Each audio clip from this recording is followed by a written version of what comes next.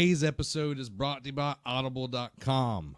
Go over and get you a free audiobook 30-day free trial over at www.audibletrial.com/nerdcave.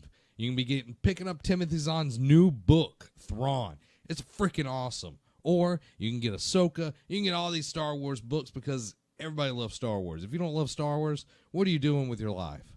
There's over 180,000 titles, though, to choose from. You can get it on your iPhone, your Android, your Kindle. And if you have an MP3 player and what are you doing with your life, you can get that there as well. So go over to audibletrial.com/nerdcave and grab you one of those new books. Get smart. We read at the Nerd Cave. We read. Build it beautiful. But you know what I don't have a problem with? What, Dad? With Constantine coming to New York Comic-Con this weekend, Warner Brothers Animation and the CW have revealed the first official poster for the Constantine animated series. DC TV fans got a big win earlier this year when it announced the fan-favorite Constantine TV series star Matt Ryan was returning for a new Constantine animated series, which will air on CW Seed. As for what the show is about, the official press release describes it as such. John Constantine, a seasoned demon hunter and master of the occult, armed with an arcane knowledge of the dark arts and a wicked wit, he fights the good fight. With his soul already damned to hell, he'll do whatever it takes to protect the innocent. With a balance of good and evil on the line, Constantine uses his skills to face the supernatural terrors that threaten our world and send them back to where they belong. After that, who knows? Maybe there's hope for him and a soul after all. So basically, this is what it's going to look like. It looks like... That's really cool. Looks like there was it was like Batman or it was Justice League Dark. It looks a lot like Justice League Dark, which was an animated movie. I'm glad that Matt Ryan is coming back as Constantine. I think he got the short end of the stick with, Constantine being on a Friday night and everything. Oh, definitely. So I'm glad that he's coming back as Constantine, and CW has done a real good job of, like, they have Vixen as one of the characters that's on CWC as well, which is pretty much their internet-based kind of deal. But I like it. I think it's cool. Good on you. Sorry, I got distracted by the next I know. article. I have feelings. Yeah, feelings. Well, we'll talk about that. It's like I have feelings and not feelings. Remember? The 5th of November. V for Vendetta TV series rumored to be in development. A new rumor states that the TV series based on V for Vendetta, the graphic novel, could be in the works. While Alan Moore has long been regarded as a genius in the world of comics and graphic novels, his work hasn't always done well outside of the page. Film adaptations from Hell, The League of Extraordinary Gentlemen were almost universally despised, while even takes on Watchmen and V for Vendetta haven't quite hit the mark for many fans. But perhaps the problem is in the medium. Now, League of Extraordinary Gentlemen, I actually like that movie. Never saw it. It's got Sean Connery. Sean Connery absolutely hated being on that movie. But anyway, due to the constraints of film, more sprawling and complex stories are fairly difficult to translate to film. Instead, TV has always seemed a more appealing platform for telling versions of his tale. And as networks look for any acclaimed comic to adapt in hopes of landing the next Walking Dead, some books are being revisited. Bleeding Cool has a new rumor that V for Vendetta series is being eyed by Channel 4. While the report should be taken with a grain of salt, it does offer some exciting possibilities. Though the Wachowski take on the V for Vendetta has its fans, many readers of the original story weren't pleased with the changes made to the source material. From an updated government threat to a feel-good revolution at the end, a number of the marks were missed when it came to Moore's condemnation of Thatcherism and public disengagement from civic and political actions. With a TV series, the complexities and nuances of the original series can be better explored, and with the right creative team, the show could be a hit. Channel 4 also has a solid track record with genre fare like Misfits and Humans proving they're up for the task. If some of the social bite and character work from those shows can be brought over to a retelling of Moore's story, V for Vendetta could make a powerful TV series. So what is your feelings? If the show is done well and they make sure that people don't misunderstand they don't misinterpret what it's supposed to really be about, then it could be good. It could be interesting. But it would have to be done well. I know that, yeah, a lot of people, specific people, kind of took the story, and then especially took the mask and kind of made it into more of like a trolling thing almost. Yeah. So it would be them having to redeem that image, I think. Yeah. And making it back to what it's supposed to be about. So I have hope for it. Yeah. I think having longer time to do something will definitely let them have the character development and the interactions that were needed. That felt like it was just kind of like shotgunned up in the air. Like a lot of the things that were going on in the movie, I'm like, what is going on? Because I haven't read the comic on it, you know? And it was just like, I was like, why does that person burn, you know? And just like, it didn't really make any sense. So having the time to actually explain why everything is happening the way it's happening. And I think that's CW does an amazing job with the comic book properties that they have, you know, with Arrow, The Flash, Legends of Tomorrow, Supergirl. Like, they have enough time to explore the characters and really dig deep into them. And I think if V for Vendetta has that opportunity, it will be a much better and more well received than what it has been. I'm hoping for a Swamp Thing show. That would be awesome. Alan Moore did Swamp Thing back in the day, and it was freaking amazing. Freaking amazing. You know this is amazing? This is not amazing. This is just sad. Jackie Chan confirms Rush Hour 4 is happening. Like, there's so many people that are, like, jumping for joy over this. What's going on, child? Only saw bits and pieces of the other Rush Hours, because whatever. I was younger when they came out. But I have no feelings on this, really. After a decade-long break from the franchise, Jackie Chan has confirmed that Rush Hour 4 is finally moving forward. The original Rush Hour was the Asian superstar's breakthrough film in the U.S., and the story found Chan's Hong Kong cop teaming up with Chris Tucker's fast-talking U.S. detective to solve a kidnapping. The plot was nothing special, but Chan's action skills combined with Tucker's comic relief made it for a hit film at the box office.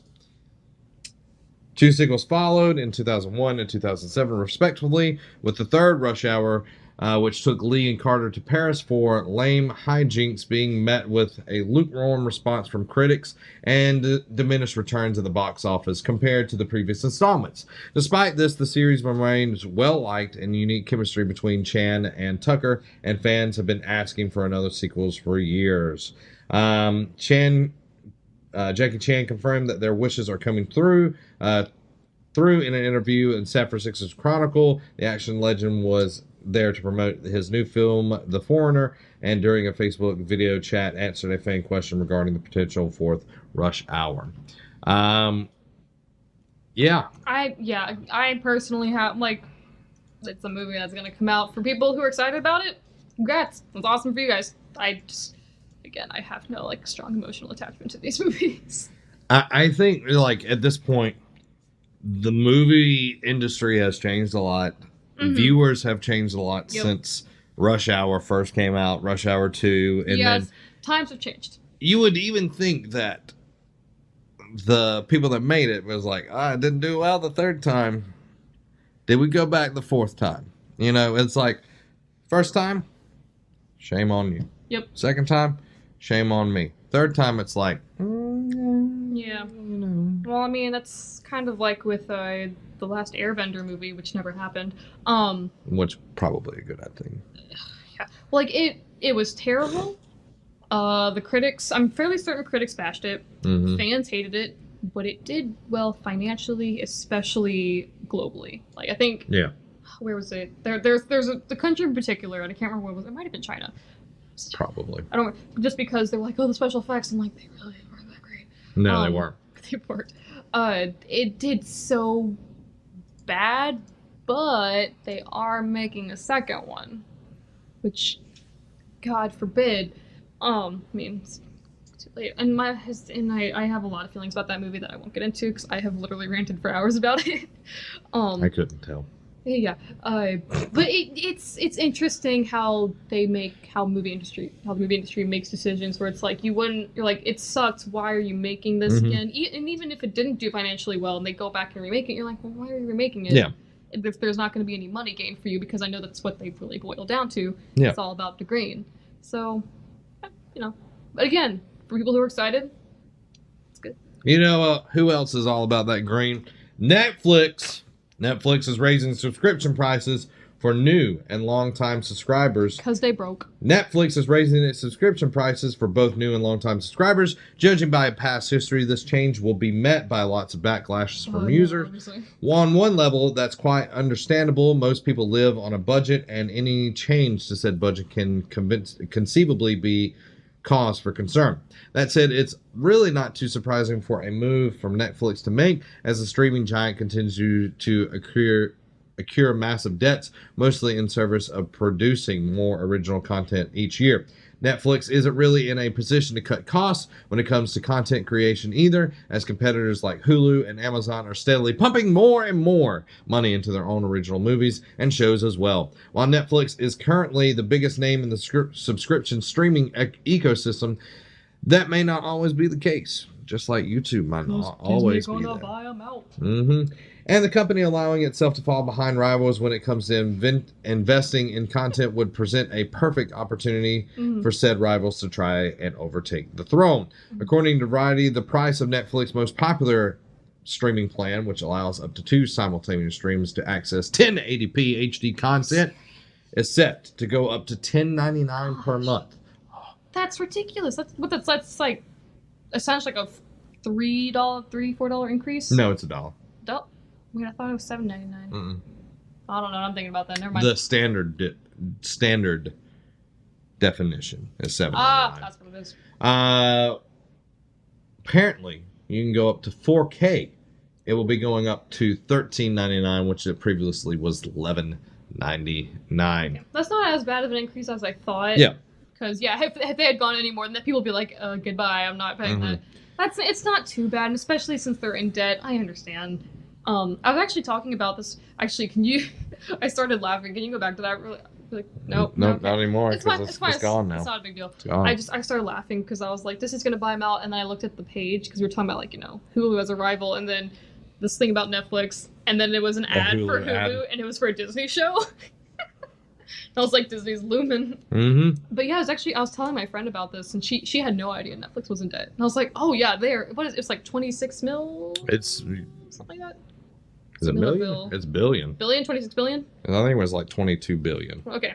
That's a big number. Lots of money. But yeah, I was telling her that, and and I was like, Disney's gonna buy them out. So I mean, like I know they're trying to get that money back, but that's a lot of money to get back. That's when you need to make when they keep spending all the other money. Yeah, you need to make the decision. I know you're trying to compete with the other two by making new content that people will be interested in. But when you are losing deals with Disney and you're cutting other programs off your service constantly, like there's stuff always leaving, you need to do a better job with keeping those people at the table than like, oh, you want another Marco Polo season 3?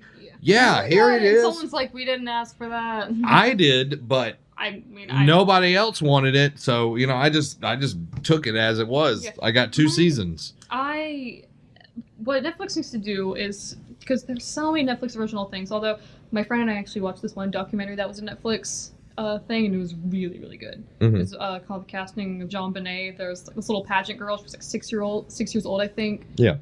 She died. What was Colorado, I think. It was really good because it was like they were like getting a bunch of local people and like their perspectives on the case as it was happening. It's very, very good. I highly recommend it. But